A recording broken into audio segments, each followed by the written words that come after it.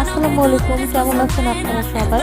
চলে এলাম আমি আমার ইউটিউব চ্যানেল থেকে তাদের সাথে মামা হয়েছে ভিডিও শেয়ার করার জন্য।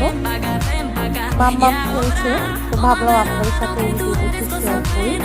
আপনারা সবাই এই আমার চ্যানেলটাকে সাবস্ক্রাইব করে দেবেন এবং বিশেষ করে শেয়ার এবং লাইক করবেন।